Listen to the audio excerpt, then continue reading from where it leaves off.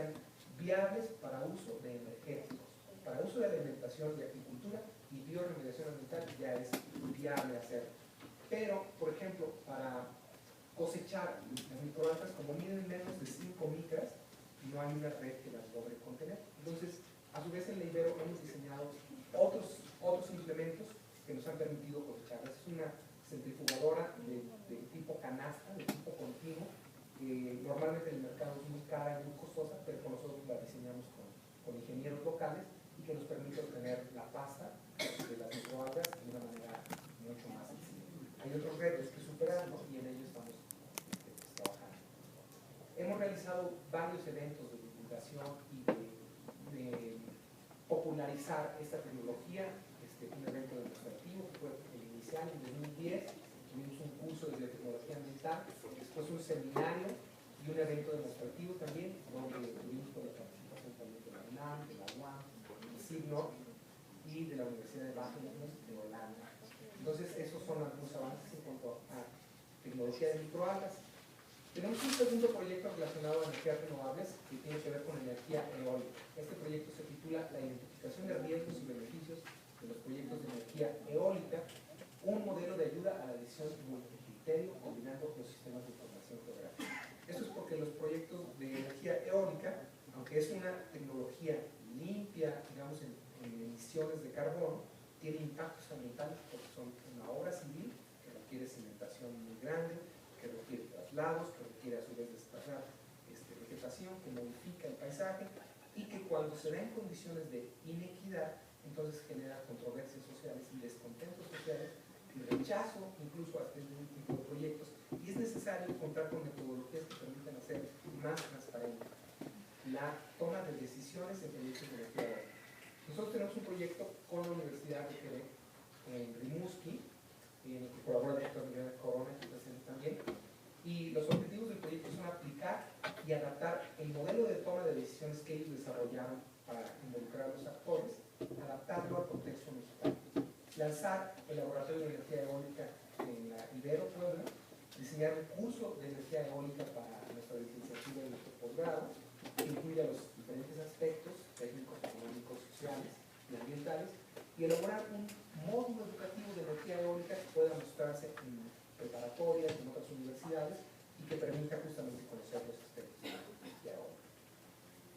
Bueno, como les comenté, los proyectos de energía eólica pueden tener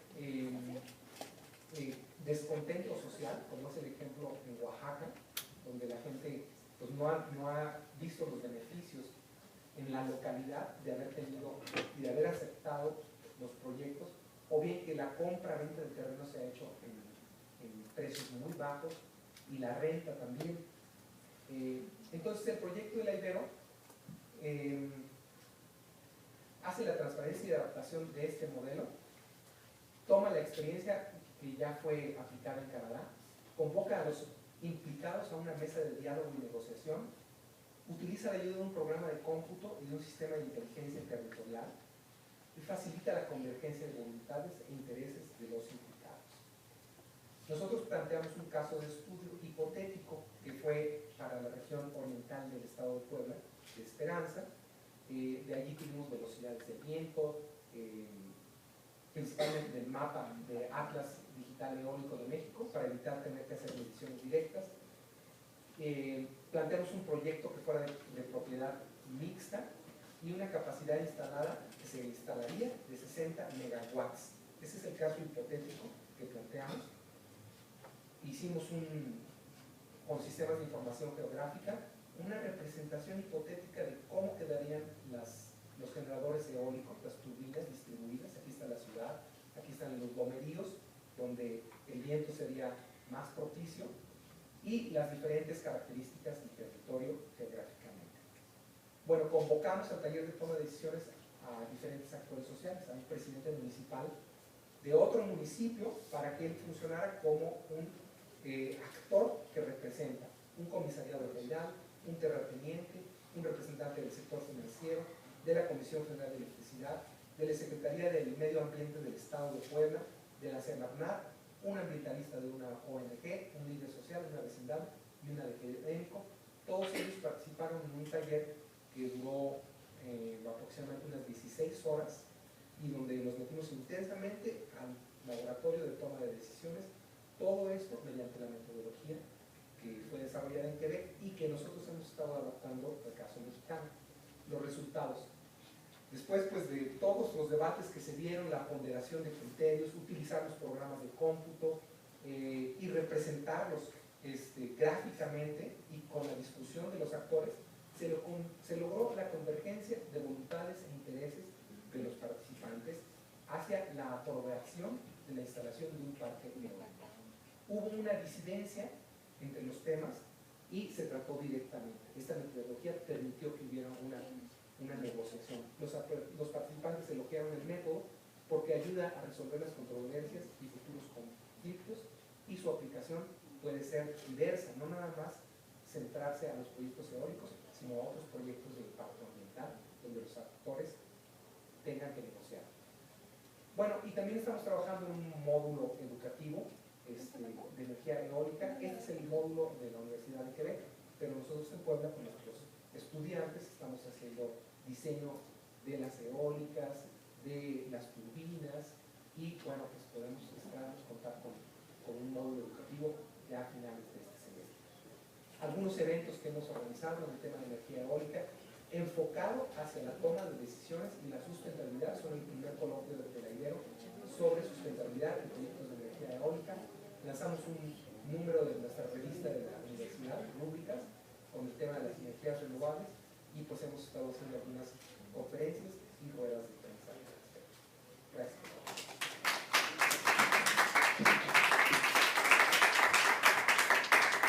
Muchísimas gracias al doctor Ricardo Vázquez. Le pedimos ahora al doctor Rogelio Jiménez nos comparta su investigación sobre historia ambiental, cambio climático en la región de Cholula, Puebla. Gracias, buenos días. La investigación que yo les voy a presentar forma parte de una investigación más amplia sobre la historia ambiental de Cholula. En realidad el punto en el que ahora me voy a centrar es la parte de la identificación de algunos periodos de sequía que se dieron en el siglo XVIII. Les voy a leer el texto. En el Gran Calentamiento, Brian Fagan realiza un detallado estudio de la historia climática de los años 800 a 1200, etapa que es conocida como el periodo cálido medieval, término propuesto por Sugarland y que se caracterizó por el clima benévolo del que gozó una buena parte del hemisferio norte, lo que favorecería la explosión demográfica en Europa. Gracias a los datos obtenidos de los anillos de crecimiento de los árboles, los núcleos de hielo y las bandas de crecimiento de los corales marinos, Fagan ha podido detectar que las buenas condiciones climáticas de Europa no se repitieron en todo el mundo. En las zonas tropicales y subtropicales se produjeron sequías que llevarían al colapso de diversas civilizaciones, situación por la que el autor advierte de la necesidad de poner atención a lo que llama el elefante silencioso de la sequía, debido a que las actuales condiciones áridas son un preludio de un mundo más seco. En este sentido, observar lo que ocurrió en el pasado, según el autor, puede servir como un parámetro para aprender a adaptarnos a los cambios que se producirán en las condiciones climáticas futuras. La historia muestra que los seres humanos se han enfrentado con entornos imprevisibles, los cuales requieren de una adaptación constante y oportuna ante los cambios climáticos temporales y duraderos. La influencia que el clima ha ejercido en la vida humana constituye un acento que apenas se comienza a investigar, situación que se explica, tal como lo plantea Fagan en La pequeña edad de hielo, a causa de que la paleoclimatología y otras técnicas de datación del clima han alcanzado un importante desarrollo en los últimos 30 años. Así, se tiene mayor certeza respecto al comportamiento del clima desde el Holoceno hasta nuestra era, aunque ello no significa que se pueda explicar qué causa los cambios del clima, pues los estudiosos todavía no se ponen de acuerdo si son los cambios en la oblicuidad de la elíptica de la Tierra, los ciclos de actividad de las manchas solares, la actividad volcánica o la interacción que se genera entre la atmósfera y el mar. Si bien es cierto que Fagan no es el primero que realiza una investigación histórica sobre el clima, pues entre sus ilustres predecesores se encuentran Emmanuel Leroy-Ladurie, Christian Pfister y Hubert Land, no se debe pasar por alto que el investigador norteamericano ha emprendido la tarea de hacer una historia de larga duración del clima, con la intención de poder ofrecer un gran panorama de los eventos climáticos han afectado al planeta y sobre todo entender la manera en la que las distintas sociedades se han adaptado a los cambios climáticos extremos. Esta tarea resulta necesaria, según el autor, debido a que la historia muestra que la humanidad ha tenido la capacidad de adaptarse a las crisis climáticas generadas por eventos extremos, sea de calor o frío. Sin embargo, los eventos climáticos han ocasionado que la producción agrícola se pierda, las civilizaciones se derrumben y las ciudades se contraigan. Desde Vertica y Feigan no busca convertir al clima en el principal protagonista de la historia, sino que trata de establecer una vinculación de los cambios climáticos con los acontecimientos sociales. El autor menciona que los debates en torno al cambio climático giran en torno a la posibilidad de que se fusionen las capas de hielo de los polos o que se generen inundaciones que provocarían el desplazamiento de las poblaciones costeras. Pero de lo que nadie habla es de la probabilidad de que el mundo sea asolado por una gran sequía, pues los estudios históricos han demostrado que los periodos de calentamiento son acompañados por largas sequías. En la actualidad, y a pesar de los avances tecnológicos y científicos, existe una importante porción de la humanidad que puede ser afectada por ellas, debido a que se encuentran en un estado de precariedad y sufren la amenaza silenciosa del hambre. La recreación de la historia del clima permite mostrar cuán vulnerable es la especie humana a la acción de las fuerzas de la naturaleza, pero al mismo tiempo evidencia la capacidad de la humanidad para adaptarse y buscar soluciones a situaciones extremas.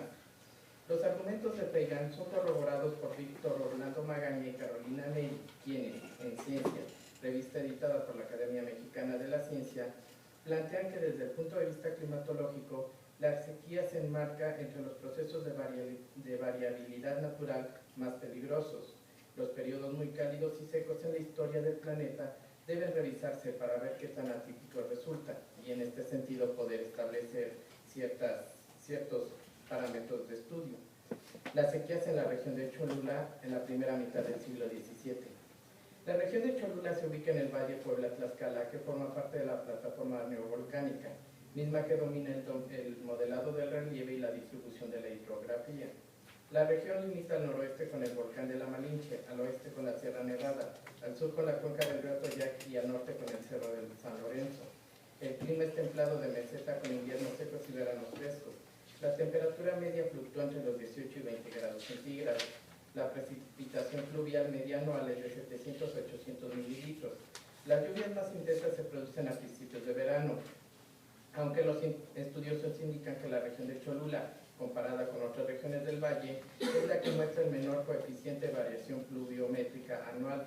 La región se encuentra irrigada por el río Zahuapan, que recorre todo el estado de Tlaxcala y que al llegar a Puebla toma el nombre de Atoyac, mismo que desemboca en lo que hoy se conoce como Presa de Valsequillo.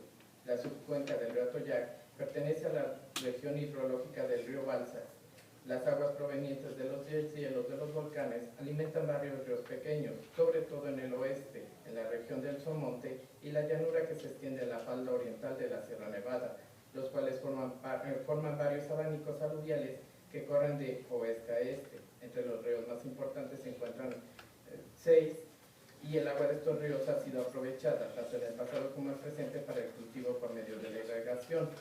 Diversos documentos de la época colonial evidencian que Cholula contaba con fértiles tierras que se utilizaban para sembrar trigo y maíz. Sin embargo, y al igual que en otras regiones del centro del virreinato, Cholula sufrió diversos periodos de sequía que afectarían la situación económica y social de la población indígena. Enrique Flores Cano menciona que los registros históricos muestran que la sequía ha sido un fenómeno climático recurrente en el altiplano central y parte de la zona del Bajío. Así, por ejemplo, entre los siglos XI y XV se registraron 12 momentos de sequía en estas zonas geográficas, aunque se debe aclarar que probablemente ocurrió un mayor número, pero no quedó ningún testimonio de los mismos. Lo anterior se puede corroborar si se toma en cuenta que los estudios históricos han mostrado que en el siglo XVI se contabilizaron 15 momentos de sequía, en el XVII 25, en el XVIII fueron 50 y 15 para el siglo XIX. La ausencia de estudios históricos de la sequía en las diferentes regiones de lo que hoy se denomina México impide establecer una cronología que evidencie la recurrencia temporal, la duración, intensidad y gravedad de las sequías que han ocurrido a lo largo de la historia. Lo anterior se explica por el hecho de que la mayor parte de la tierra cultivable en la meseta central solo recibe 12% del agua que cae en el territorio nacional, motivo por el que no era necesario un cambio brusco de clima para crear condiciones de sequía. También se debe tener en cuenta que la región productora de cereales se encuentra a más de 1500 metros, lo que ocasiona afectaciones en la producción a causa de las heladas. Para el caso de Cholula, la investigación documental realizada en el Archivo de Notarías del Estado de Puebla permite conocer la frecuencia con la que se producían sequías en esta región. Como lo han mostrado varios autores, resulta complicado disponer de observaciones directas de los fenómenos meteorológicos que permiten obtener datos confiables relativos al comportamiento climático de una región en el pasado. No obstante, existen indicios para determinar el comportamiento del clima en documentos generados por las instancias municipales, los órganos eclesiásticos y las observaciones personales de testigos privilegiados. Así, las rogativas pro pluvia, los contratos de compra-venta de semilla y los registros de pago de diezmo se han convertido en fuentes privilegiadas para conocer la productividad agrícola y, por ende, las variaciones del clima en un determinado año, así como la recurrencia de las sequías. Florescano menciona que en los años de cosechas abundantes se producía una caída en la demanda y bajaba el precio de los productos agrícolas, en tanto que en los años de malas cosechas se reducía la oferta de los productos a la par que aumentaba su precio. Contrario a lo que se pudiera pensar, la abundancia y los precios bajos no provocaban un aumento en las ventas del maíz, lo cual se explica por el hecho de que los indígenas y pequeños cultivadores dejaban de comprar grano en el mercado debido a que consumían el que ellos producían y vendían su excedente. Lo contrario sucedía en tiempos de crisis, cuando la escasez de semilla obligaba a la población a comprarla a precios muy elevados. En 1576, por ejemplo, la fanega de maíz, la fanega de 11 kilos, subió de 8 a 19 reales. El aumento desmesurado de los precios llegó a provocar motines, tal como ocurrió en 1624 y 1692, cuando la fanega de maíz se llegó a comprar entre 40 y 49 reales respectivamente. Esta situación no solo era privativa en la Nueva España, pues en un estudio realizado por Ruth Zamora para la población de Orihuela en España, muestra que sucedía el mismo fenómeno, es decir, el aumento de los precios evidenciaba la escasez de los granos. Gracias. Con la intención de encontrar solución al desabasto de semillas en época de crisis, las autoridades virreinales instituyeron la alhóndiga, cuya función principal era el almacenamiento de los granos y la regulación de los precios. Otra instancia que también se creó, aunque bueno, no precisamente con la intención de cubrir la demanda de los granos, pero que llegó a cumplir esta misma función, fueron la cobraduría de diezmos de las iglesias parroquiales y sobre todo de las catedralicias, en las que ellos concentraban todo el producto y después podían venderlo. Para el caso de Cholula, yo he identificado dos grandes periodos de sequía. El primero se dio entre 1612 y 1619. Este primer periodo fue variado. Hubo sequía muy severa entre 1612 y 1614, y de 1614 a 1619 la sequía fue moderada. En realidad, digamos que venía arrastrando el 12-14, las malas condiciones generaron que las del 14 al 19 también tuviera una situación complicada. ¿Esto qué generó? Esta primera etapa de sequía generó que las autoridades indígenas tuvieran que sufrir a causa del pago del tributo. Recuerden que la Nueva España no era una colonia, pero sí era como virreinato, tenía que pagar cierto tributo a la corona española, y la comunidad indígena era la que tenía que pagar este tributo. Entonces, al no haber maíz, se veían complicaciones para poder hacerlo. Y esto generaba no solamente complicaciones para las autoridades, sino en general para toda la comunidad. Lo que hicieron muchas veces las autoridades indígenas fue justamente comprar maíz a las instancias que lo almacenaban. En este caso, la comunidad indígena lo que hizo fue dirigirse con la colectaduría de diezmos de la iglesia catedral, de Tlaxcala, y a partir de eso entonces lograron pagar sus cultivos. Si yo les estaba hablando de sequías, ustedes me podrían preguntar en este momento, bueno, ¿cómo es que la iglesia podría tener una cantidad importante de maíz para que ellos pudieran, para que a su vez la comunidad indígena de Cholula pudiera tener este pago? Recuerden que en el mapa eclesiástico las demarcaciones son muchísimo más grandes, entonces lo que podía suceder en Cholula y en otras regiones aledañas no ocurría necesariamente en otros lugares. Entonces, justamente todo el maíz que podía provenir de otros lugares era lo que permitía que se pudieran aprovisionar de este material. Un segundo periodo de sequía se produciría entre 1626 y 1633. Este segundo periodo tuvo las mismas características. Entre 1626 y 1630 fue de sequía más o menos intensa, de 31 a 33 fue moderada a leve, aunque justamente los 4 años anteriores, que había sido una sequía intensa, generaron también una desestabilización social, sobre todo porque, bueno, al fin y al cabo la comunidad indígena tenía que pagar todos los años su tributo, y como no tenía el tributo necesario, entonces se generó un proceso de endeudamiento. Entonces, bueno, ya para concluir el trabajo, gracias, les voy a leer mis conclusiones. A pesar de las dificultades para tener registros fiables de la situación climática del pasado, los datos con los que se cuentan permiten identificar los momentos de sequía en la región de Cholula. De acuerdo con la información obtenida, la sequía fue del tipo meteorológico, es decir, se produjo déficit de lluvia. El principal problema que se generó fue la imposibilidad de pagar el tributo real, situación que no resultó tan grave como lo fue a finales del siglo XVI, cuando una parte de la población tuvo que vender algunas de sus propiedades para solucionar el pago. Para entender la problemática que genera la sequía desde un enfoque histórico, se requiere contrastar el asunto con